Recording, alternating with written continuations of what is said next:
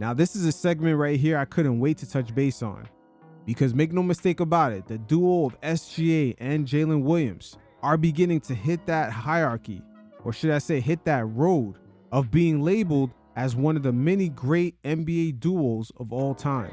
Make no mistake about it, they have started that journey and they're making their way up that hierarchy.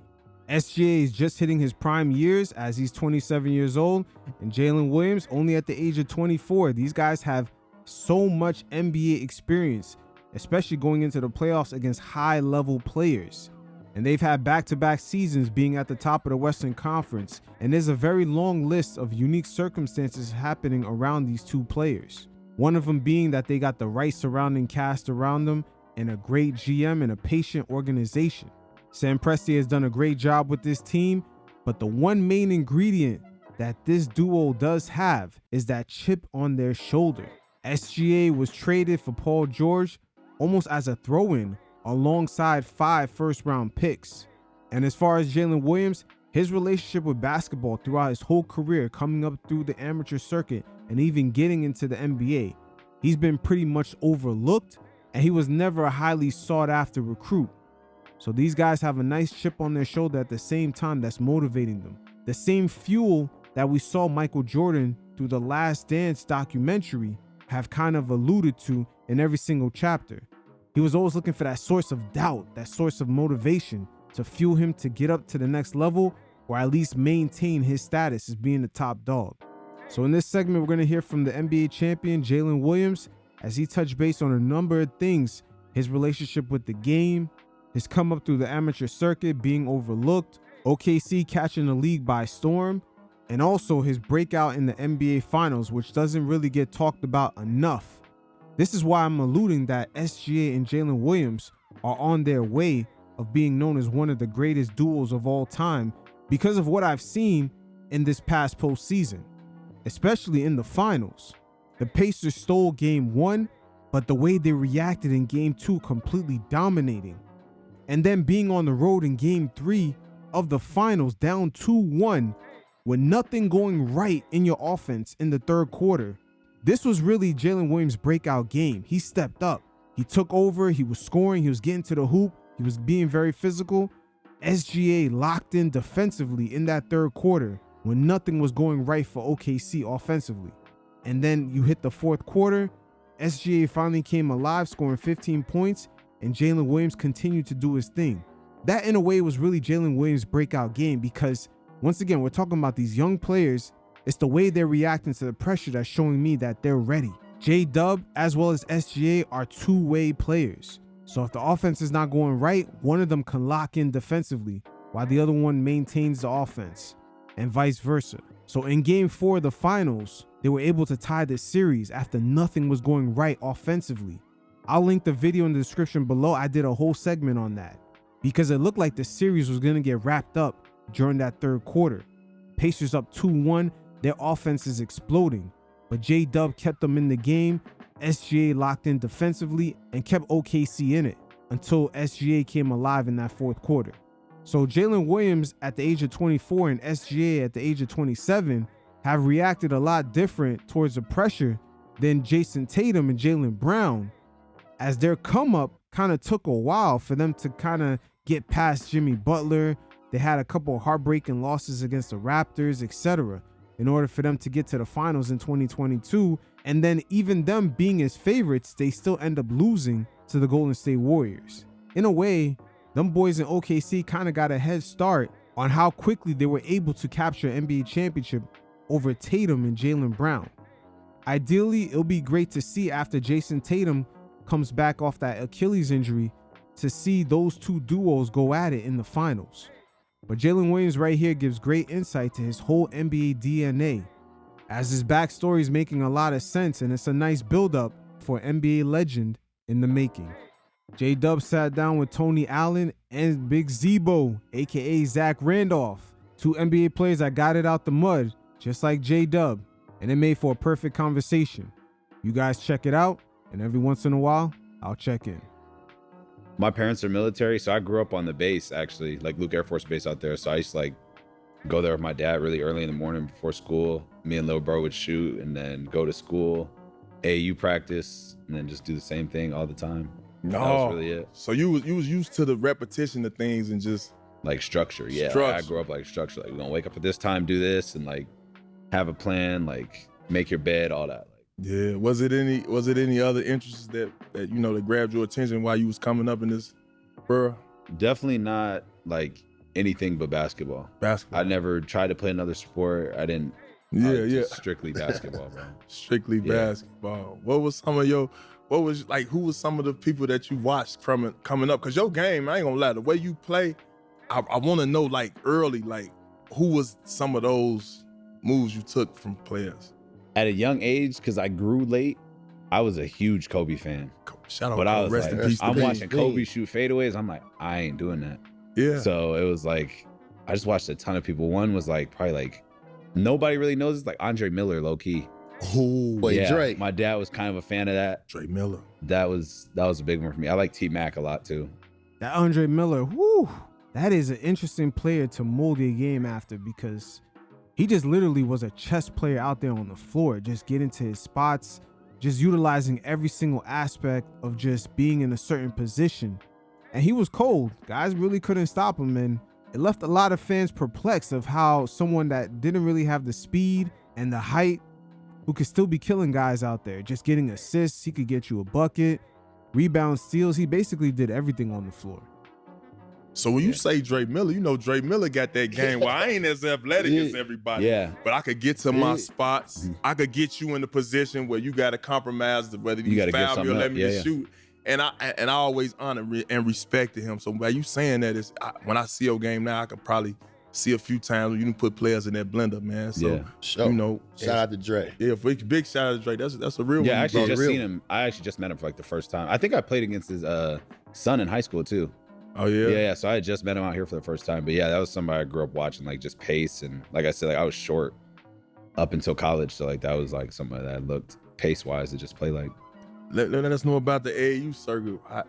Was you like just the guy to hunt people, or were you the one being hunted? Like how was your mindset? I was under the with it? radar. I was like lowly recruited. Nobody knew who I was. I used to play in like the NY to LA thing. I don't even know if they still do that, Yeah. like Yeah, the they little do. circuit. But it's Yeah. like low key, like there'd be some there'd be some killers out there. Like I think the biggest name was probably DJ Carton. I think he was out there. I think he's playing in summer league now, but that was it. I was on the Adidas circuit a little bit, like that little like the low end of that, but I was playing in like the back gyms of like stuff with Paul Suber. Man, shout out to my boy I-10 Pete Celtics. Yeah. I was low key. I like high school. I walked out of high school with like 2 or 3 offers and went from there. I wasn't like a 5-star recruiter. There goes that chip on that shoulder.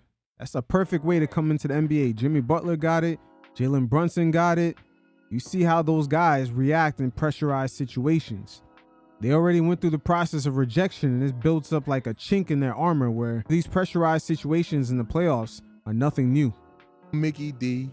No, none of that. Me and No Cody Jordan got R. no. Classic. Me and Cody got 2 different high school experiences. He growing up, he top 10.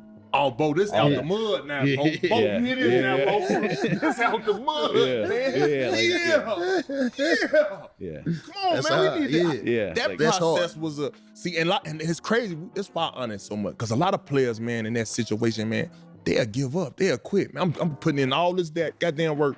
Yeah. Ain't nobody seeing me. And it's crazy because, in a way, OKC, they won the championship, and the media still doesn't really give them the respect and accolades and just praise. Everything is about Luka and the Lakers, who are not really a factor when it comes to competing for NBA championship since 2021. So right now, Jdub, SGA, all the fans down in OKC, talk your shit. This is your time. Yeah, no, it was frustrating. And like I said, like I was waking up early with my dad to go 40 minutes to go drive and shoot and then go back to school and then go through. I played on all 3 teams too. So I played JV, freshman, varsity, all those. I'll do all 3 practices and then go shoot my dad, go to AAU practice. And then, now I'm staying up till like 1 a.m. doing homework to do that over and over again. So it was frustrating, but me and Cody had 2 different things. He McDonald's All-American. He did the Jordan game and Team USA. Like he got the cool part. Yeah, of he high gets school. You get to talk about that Yeah. part right now. Yeah. He did the cool part of high school. I was more like, I hope I go to school. I hope I get to go to college.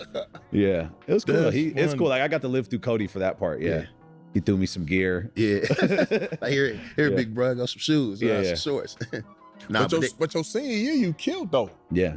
Yeah. What you average like 25 a game? Yeah. In high school, yeah. I So- mean, I thought even my junior year, I was averaging like 22 in high school. So that was frustrating too. It's like I'm doing everything. Like I'm Putting up the averaging the numbers. numbers. Yeah. I think I was close to 50, 40, 90 in high school too, all throughout my years. So like I was doing the right thing. It's just like kind of just stuck with it till I got to school. So what all-star game? You ain't playing no game. It was senior year, nothing. No. Not even the city like all-star The game? No. What you call it? Taco? You ain't playing the Taco No, Bell we game? had like the Wendy's the All-American? Oh, he like me. You was in the Wendy's All-American game. No. I was in the Wendy's All-American. I ain't gonna lie. Hey, man, it's cool. Nah. I was in Wendy's All-American, man. I'm telling you, they send me the letter. I got a Wendy's for the whole month. They did, man. I was just straight, but I ain't get no Wendy's deal, nothing. I just went straight to Santa Clara. Yeah. I didn't go nowhere. dig that, man. Yeah. Speak about that though. Yeah. You know what I'm saying? Santa Clara, like, how did that come about? Man? It's way simpler of a, I wish I had like a fun story. Like I really just didn't have like a lot of options. What's the craziest part of my story is the coach that saw me play. I don't know if y'all been to that gym in LA, but it got like 100 courts in there. I was in the back by the bathrooms. You talking about It's like it. Rico Hines? You ain't talking about? No. It's Sorry, like you it's said new. right. It's like I don't know. It's like I feel like everybody will know what I'm talking about, but like it probably has like 100 courts in there. And I was playing on like court 73 in the back right of the gym by the bathrooms at a random game. And Paul actually was like begging Santa Clara's coach to come watch a game. Like it's his coach, Jason Ludwig. And he just so happened to be going to his car, seeing me stopped, and I had 40 something in the game. And he watched that game and I got an offer that weekend. Now that story right there sounds very similar to Ja Morant. There was a coach that was really getting a drink from the soda machine, and then he just happened to see Ja Morant, and he offered him a scholarship right then and there. That's why Ja be walking around with that bop. He got a little chip on his shoulder, man. And it helps guys sustain themselves even after they make it to the league. And then I got 2 more after that from Santa Barbara and Hofstra. And so I just narrowed it down after that. So just From them those two? 3, yeah. Them 3? Yeah, them 3 total, yeah. I got like, Nevada sent me one, and they never talked to me again, so I never really count that one. Same thing with Colorado State. So, shout out y'all. But like those offers, I don't even really count them because like I never had like a conversation after that. So, but it was really those 3 schools. I'm Santa pretty Clara, sure yeah. all them coaches fired right now. After seeing that, all they ass got fired. I hope you guys Boy, still have your job. Yeah. That's funny, man. I ain't gonna lie, man. Damn. And then you look back, you say, man, you motherfuckers missed out. But that's the out the mud experience, man. That's why we got you on here, bro. So Yeah, I like this. Yeah, bro. that story's crazy, bro. Every time I think about it, it's like I was like, if you would have just kept walking, it would be you'd have a totally different outcome of like what's going on. But I had Paul, so it's pretty hard to walk away from Paul. Man. Nah, but that goes, I was saying, that goes just so all the kids keep working. It don't matter about what's somebody gonna rankings. see you. All that shit don't matter. It's about, you hear him, one of the best players in the league, 24, champion, all. Just keep working. Keep working, stacking your days, keep believing in yourself. There go a prime example. Yeah, facts. Zebo definitely dropping facts right here. It goes to show you how much talent is really out there. And even certain guys, when they come into the league, they still get overlooked. Jokic is a prime example, being the last pick in the 2nd round. And now he's basically a 3-time MVP and the best player in the league. Same thing for Ja Morant, not highly recruited on the amateur circuit, but became the 2nd overall pick. And really was the best pick in that draft when you really think about it. Zion Williams really hasn't sustained himself in the league. RJ Barrett doesn't really have quite the same ceiling, but Ja Morant had the most upside in that 2019 draft for sure. So look, what I want to ask you though, like just going to Santa Clara, Steve Nash went there, right? Bro? Yeah. So Steve Nash went there. Shout out to Steve. Did you ever get a chance to see him while you were there, or like did he ever play a part on understanding who you was coming up, or was? I don't want this to sound bad, but no. And it's just I like mean, it's just fair Yeah, game. I think that I think Steve's been cool to me like since though. Yeah, Like for he's sure. like reached out. He always tells me he's proud of me now, but like I don't really think he would have like known who I was at the time until I had left. Just like the way like if anybody kind of knows, like my process going to the NBA, like you wouldn't even have known I was in the draft combine at some point until I started playing. And that's when he started reaching out. And I think he had just like finished coaching with like Brooklyn. So he had a lot of stuff going on. And I think the only time I seen him at Santa Clara was he like came and talked to us a little bit my freshman year. Okay. Yeah. So you did get a chance to see him. Yeah, I got a chance to see him and stuff. And he was really cool, but at the time he wouldn't have known. And drafted from that school Since what that's 96? Yeah, before, yeah, 90s, yeah, 96. that draft, yeah. It was like 30 something, 96. 30 something, something like Man. that. Yeah. Even in the 2022 draft, he was overlooked. Guys like Jeremy Sohan went ahead of him, Sheldon Sharp, Keegan Murray. But in a way, there was a lot of low-key players in that draft because you look at Matherin, he wasn't really hyped up. And even Dyson Daniels, to a degree, he went 8th overall. And the Pelicans really didn't utilize him to the fullest.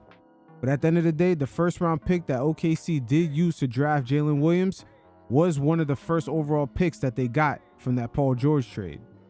Who was some of the NBA comparisons that you was having coming in when you was hearing like, okay, it's time, I gotta leave now? Like, Hey, they weren't what would make me leave. I got like Joe Ingles. Joe. Shout out my boy Joe, man. It's funny, me Joe and my Ingles. trainer. Man, ain't no way they thought you was no damn Hell Joe yeah. Ingles, bro. That's kind of crazy. Joe Ingles was his floor. I can imagine what they put as his ceiling, but there goes that chip on the shoulder shit that you need to sustain yourself in the league. Shit is kind of crazy that Jdub has the opportunity as being known as one of the greatest duos of all time when it's all said and done, but he got compared to Joe Ingles, who is not athletic at all. Jdub is built very different. He has good size on him and he has good speed. He can guard multiple positions. Joe Ingles can't really do any of that. He's more of a catch and shoot. I gotta find the thing. Yeah. That's Like, Joe the homie though, but boy, Yeah. please Joe the stop. homie. Salute to He's Joe. a You killer, hit though. me Like, in town. you talk- yeah, he was a killer. Ball Joe- thing. Killer. Yeah, Joe. Yeah, I got Joe Ingles. So it's funny. Me and my trainer, like when I got drafted, he gave me Joe's like trading card for like whatever it was. But when I got drafted, just like a joke. But I got like, I think my ceiling was like Harden, and then like they were saying that I put like Joe Ingles. So that was my two coming out of college. Not bad. Both lefties. Yeah. We have a good organization like that's willing to stick with it. That's the first part. Like if the organization is pretty open with what's going on, I feel like it just lets you kind of play. And I wouldn't even say like our down, for me at least, wasn't bad. They had some bad years before I was there, but our year wasn't like that bad. You know, we played in the play-in, so we have a chance to go to the playoffs, which they didn't really expect. So we kind of had the pieces. We didn't have Chet yet. And then obviously Chet come in and now we're the first seed. Like that was more of the jump than like kind of staying down. It was more like everybody in the building's like kind of shocked. Like we're beating teams that are beating us by 20 last year and we're beating them by 20. So it's more like, how do we like hone this in and like get the experience? Because now we're first. It's not like we're like 4th, 5th in the West or like fighting for a playing spot. Like we're kind of like the hunted and nobody's really like taking us serious. It was more like, how do we mature faster in order to win and do that thing? And I think that Dallas series is what like the stay down until you come up really comes in, because it's like now we know we can be first in the West. It's just like, how do we get over that learning curve? Yeah, that learning curve was it was really good for them because at the end of the day, Jdub seemed like him guarding Kyrie while at the same time having to maintain that scoring load. It affected him. And also their lack of size was a major issue. That's why they went out and got Isaiah Hartenstein. So Sam Presti and the Oklahoma City Thunder front office did a great job. They addressed both issues. They got another perimeter defender, Alex Caruso, and then they got Isaiah Hartenstein.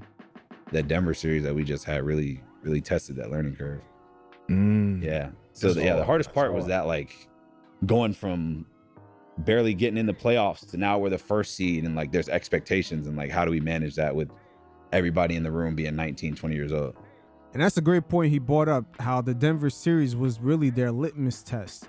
The Western Conference semis with the Thunder and the Nuggets was really one of the best playoff series ever in the NBA. The Denver Nuggets from game to game switched up what kind of zone defense they were playing. Jokic was doing everything to keep that team in it because they didn't have a deep roster of guys that were just going to contribute. So he kept them in it to put OKC in a very compromising position where they had to close out games offensively. And that's where SGA and Jdub kind of came through as their decision making has improved from the year prior. Those crunch time situations was one of their Achilles heels. And once again, the Denver Nuggets series, it not only put them over that hump, but we've seen the fruits of that labor in the NBA Finals, the way the Thunder reacted in Game 2 after the heartbreaking Game 1 loss, and then also in Game 3 when they were down 2-1 on the road, the way they kind of maintained themselves even though when their offense was struggling. Jdub holding it down on the offensive end, SGA playing great defense, and then that fourth quarter came around, SGA coming back alive on the offensive end, dropping 15 points in one quarter. And then in Game 5 with the series tied 2-2, we seen Jdub go apeshit, dropping 40 points and actually breaking an NBA Finals record for having 40 points in the quickest time span. Once again, these guys down in OKC, them boys ready. They're the real deal, no doubt. That's interesting, man, because I ain't gonna lie, man. Yeah, Oklahoma City, I used to always say, man, was on a team on the rise. We looked at teams that's on the rise. Us, Memphis Grizzlies, and Oklahoma City. Yeah. And it's like the jump that y'all took, as far as like you just said, being more understanding of where we can be and where we should be. Yeah. I think y'all really paid attention to detail all year long, whether it was the defensive end. And speaking about the defensive end, that culture, like when did that become a culture? Because I all the while I played Oklahoma City, I never knew them for to be just that tenacious on defense. But y'all for somehow have gathered together, your boy Caruso, Wallace. Talk about your teammates, man. And also want to hear about what did that damn celebration after a good game and a crowd come around in the interview. What the hell did that come about? That's the thing now. Because people was hating on that boat. They was hating people on was saying, that man, was hard, they having too much fun. They think it's a game, and what are they doing? And yeah, you heard? To speak to that too much fun shit, it's like, bro, I'm 22 years old, making millions of dollars, and we're first in the West. What do you want me to be sad? Like, exactly. I never understood that, but just like the defensive thing, I don't know where that came from, bro. I think it's just like like you guys know, like you guys are on a great defensive team. It's like pride. Woo, them boys got pride though. I'm not gonna lie, the Thunder defense, the speed, the tenacity, it's insane. And it's coming from both their star players also. That right there is something different than the previous era. Star players outside of guys who are really on that championship level, they didn't really have to play defense like that. A prime example was players like Carmelo Anthony. His style of play would normally be enough to get a team to at least the first or second round, but after that, it usually hit a ceiling. But in this new NBA, or should I say this parity era, where you have a bunch of guys 6'8" who can handle the ball and have a nice face-up game, there's nowhere to hide bad defenders. And looking at the Oklahoma City Thunder makeup, their two star players being just as good at both ends of the court, this is going to be the new norm. It's like, I don't want my man to score.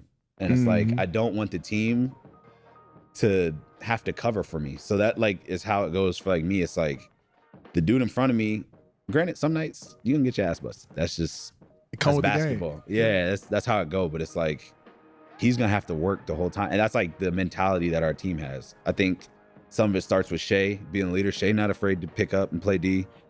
And then it just trickles down from there. It's like, we also have the personnel to do it. Adding Chet and Hart, having like some people back there, you throw Jay Will, and like all these guys are willing to like come in and be like, I'm not going to be the weak link. Like that's how we think. And then it just, you know, obviously our team chemistry, like you said, like the towel stuff started with Chet, like bringing people into the huddle, summer league. Me and Jay Will just started, it's just random. Like me and Jay Will started barking randomly, and now we go to the playoffs. Everybody's barking. Like that's just us, bro. Like we're weird. I don't know. Like it's just I love it. Our thing. I love it. I love it. But I like the fact that when you see the interview going on, the dude that's doing the interview, he's focused. Yeah. They bullshitting in the background, but whoever doing the interview is focused. But that's what we peeped. Like we peeped. He never will break character. So we like, all right, let's see if we can get him like mess up or like forget what he's talking about. Shout out Nick. He never does. Yeah. He's locked in. But that's just our team. Like Knicks are really like I said, our organization's fun to be around. Like I'll hang around like staff. Like we have a good organization. It's a copycat league, man. I'm pretty sure a lot of people are about to do that, man. Just make the organization fun, letting the young fellas, figure out. Yeah, Charlotte showed up to the signing, like play through mistakes. I think that stuff's cool, bro. Yeah. But your team camaraderie, you can see it. Like y'all probably on y'all road trips, y'all probably all go out to eat together when y'all do it together as a team. And I never won no championship, but he's a champion. you a champion. He always tell me, you gotta be together. It's gotta be one team, one goal, and you can see that with y'all. And man, we battled a lot of years. We had a lot of battles with OKC, but man, y'all organization always been good. And shout out to Sam, man. Yeah, shout out Sam. And you could definitely see that they're together. Once again, they won 68 regular season games. Plus, they won the NBA championship. So that's 84 total in one season. And they completely dominated the Eastern Conference. I believe SGA averaging what he did in the finals versus the amount of games that they won, it hasn't been done since Jordan. So we really got to put this into proper perspective. That's why I alluded to in the beginning of the segment that Jalen Williams and SGA are definitely on that path as being known as one of the greatest NBA duos of all time. Talk to us about the 40-point game. What you ate that day, how you woke up, who you said what's up to, who you gave a hug, who called you. Because that game, I ain't gonna lie, bro, I kind of thought, I said, damn, this motherfucker might steal his finals MVP. That's what I thought as a funny. fan. I seen Stephen A say that. I was like, nah, brother. Really? Said 2 averaging 30 something right now. Yeah, no, I know, I'm understandable, but just that performance itself. I don't know. It's crazy because even I can like barely watch the highlights because it's hard to watch still because like my mind goes like one shot you miss could be a completely different series, but I was just flowing. I was just out there. Like I kind of just got lost in competing. Like I didn't do anything. Like you said, superstitious. I didn't do nothing different. I listened to my music the same I did every other time. I got 4 songs I always play right in a row. Yeah, Jalen Williams was coming off that game 3. Nobody talks about that. Once again, they were down 2-1 on the road with the Pacers dominating in that third quarter. And the Thunder offense was completely stagnant. Nothing was happening. SGA was cold on the offensive end, but he was locking in on defense. And Jdub was carrying them throughout that whole third quarter. That's why Indiana couldn't pull away. It looked like the Pacers was about to take a 3-1 series lead. And then as soon as the fourth quarter came around, SGA finally came alive. He dropped 15 points. Jdub was still on a tear and he was playmaking. So that energy and just them overcoming that pressure in game 4 carried over into game 5 where you saw Jdub just continue being on a whole nother level. Who you bombing? I played Lauryn Hill. Okay, then. Then I played Sade. She's on my leg. Hey. What else do I listen to? I listen to 2 like instrumentals, like 2 like I'll try and listen to like some like classical music, and that's it. Those 4. That's interesting. That's real interesting. Oh, and then I listen to what I walk out to right before I'll like play Fast Lane by Eminem and Royce da 5'9". Yeah, I'll play them. That's different because I just took myself back. I was bumping that Future. Fuck us some comments. It's funny that you did that and you goddamn it, you did that because I'm like, damn, okay, he said Lauryn Hill. That's like Mike Conley. Yeah. Like I used to always try to tell Mike Conley, turn off that damn Usher, bro. Play some Tupac Machiavelli. And now I see you cats strive in that lane right there. So it is a lane So, like, cause normally, like, what was your preference of music? I know you obviously with Endless Entertainment, but Moneybagg, I'm listening to Future. At that time, my man Zebo turned up, man. My man Zebo's listening to enough to catch himself a Rico. Lil Boosie. Yeah. So you needed an up-tempo type beat. Up-tempo. And so you don't have a choice. You was playing in Memphis. You can't listen to slow music. Whoop that trick. They play that trick. There's no way. There's no way you can play no Lauryn Hill before the game. Hell no. My man Zebo playing Sexy Red. Fuck all that. That's interesting. So you like a mellow vibe before you walk into I feel like naturally once I get on the court, like I want to compete, so I'm already like juiced up. So that like brings me to like, a happy medium. Yeah. That's interesting. Yeah, the 40, I was just flowing, bro. Like I was just playing. Like I was playing hard as shit on defense and found a couple easy buckets on O, and then that one fade though. Oh, listen, yeah. Ooh. I'd already had a lot of points. So, you know, like when you get to like a certain point, you just start kind of like trying shit, and then that ends up being one of those ones that went in. Yeah, he definitely was in his bag. Once again, Jdub had the record for the fastest 40-point game in the finals. My guy was definitely on one. Now talk about that series a little bit more too, on the point where now obviously the injury went down. We hope young fella get well. Yeah, I hate that happened. Yeah. But talk to us about how much of a pain in the ass he was before he got hurt. I think what people don't understand is like how he impacts like just that team in general. Like even if he's not playing well, like I don't know the team, but like you can kind of just tell that he's like the center of it. So like if he has good energy, regardless if he's playing well or not, like they feed off that. And they have guys that can like really go. Obviously, they got Siakam, they got Nemhard, TJ was killing us the whole series. Like Toppin had a hell of a series. So, like they have guys that like fed around him. So even if he was off, the way he passes and sees the game and keeps them in, like everybody into the game, that's what makes them go. That's what makes them. That's why they were there in the finals. Like to be able to impose that fast-paced game throughout the playoffs is insane, bro. Because usually everybody say the playoffs slow down. Like They do. And the Pacers really low-key were very close to an NBA championship. Tyrese Halliburton, since Game 5, his leg was really fucked up. He was really running on E, and they still took it to 7. And even after he tore his Achilles in Game 7, the Pacers were in control up until the third quarter, where the team offensively, they just had to rely on TJ McConnell too much, and the Thunder defense was just way too quick, and that's when they sort of ran out of gas offensively. The championship was definitely a coin toss. It was 50-50. Could have went either way. And it was definitely a great series. I did a breakdown on that. I'll link it in the description below. Very underrated finals. Now, what I wanted was you tell me a little bit about defense. Yeah. Now, me watching him, I'm a defense specialist, Jdub. Yeah. I don't know if you know. I'm first team all I know. defense. Yeah. You understand that, right? Yeah, I All right, understand. cool. So listen. Same team. So listen. So, yeah, you're right. You're the first team Yeah. too. So listen. Hey, they call Tony Allen the Kobe stopper for a reason. What I'm trying to figure out is when Halliburton was like, we know his game pretty much. When he go to that right hand and he get downhill, like 5 people break open Yeah. off that one high pick and roll. What was y'all mindset to stop that? Because that was like pretty much whenever he could get like 15 points, 10 assists, or you know what I'm saying, fastest rebound, he was putting pressure on OKC. I was just trying to figure out what was y'all mindset to tame that high pick and roll. Any player in the NBA that's like really good, actually really all NBA players are really good in space. Like if you're a good player, you have space. Like anytime that you can get downhill and get to that is what his focal point is. So a lot of it was like, make sure our coverages are correct. They don't set a lot of ball screens. So it's like, we can't mess it up. We can't give him an advantage going to his right, because that's when you leave Nesmith open for 3. And now you're overreacting to Halliburton. You're giving up 3s. And now Siakam's getting easy points. And then now down the stretch, he's got a rhythm. That Siakam boy in that series, woo, he was really underrated. And he was very consistent even throughout the Eastern Conference Finals, going up against the Knicks. In transition, he was a problem, and also in the post, he was well equipped to take advantage of smaller players. Yeah. So that's like, that was our thing, like coverage communication, being in the low man at the right time.